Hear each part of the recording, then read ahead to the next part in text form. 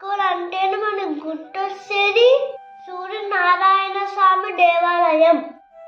ఆదిత్య యోనద పుణ్యం సర్వ శత్రు వినాశనం.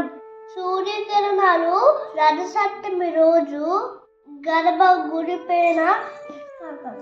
గర్భగుడిలోని స్వామివారి పైన పడతాయి.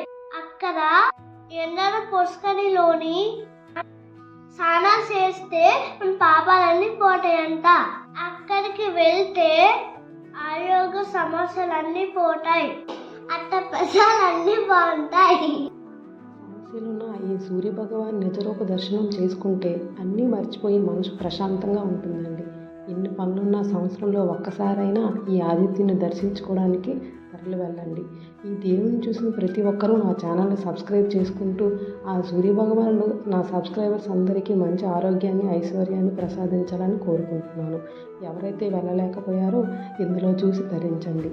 ఫామ్ యానిమల్స్ అంటే ఇష్టం ఉన్నవారు నా ఛానల్ని ఒకసారి చూడండి, ఛానల్ని సబ్స్క్రైబ్ చేసుకోండి.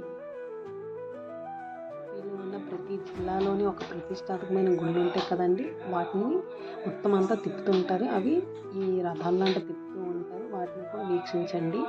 ఇంకా చాలా డ్యాన్సులు, పులి వేషాలు, కర్రబొమ్మలు లాంటివి ఇవన్నీ కూడా జరిగాయండి. చూసి తరించండి. ఎవరైతే అరసులు వెళ్ళి చూడలేకపోయారో వాళ్ళు ఈ ఛానల్ని చూసి ఆ ఛానల్ని సబ్స్క్రైబ్ చేసుకోండి. Subscribe tiny thoughts.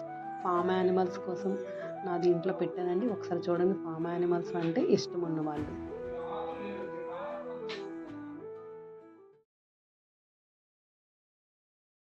శ్రీకాకుళం ఎంత అందంగా ఉందండి, ఇటు చూసిన దివ్యకాంతులతో వెలిగిపోతుంది. పండగ అంతా కూడా ఇంత హంగామా సందడి చూడలేదండి. ఈ రథసప్తమికి ఎక్కలేని జనాలు సూర్యనారాయణ స్వామిని దర్శించుకోవడానికి ఆ అరసవిల్లి తరలి వచ్చారు. ఇటు చూసిన ఈ యాత్ర అంతా జనాలతో కేరింతలు ఆనందోత్సాహంతో కిక్కిరిసిపోయింది. మీరు కూడా ఈ వీడియోను చూసి ఆనందించండి. నాకు నా చిన్నప్పుడు జరిగిన సంఘటనలు కొన్ని గుర్తున్నాయండి. ఈ రథసప్తమి రోజు మా ఊరు కొంచెం దూరంలో ఉంటుందండి.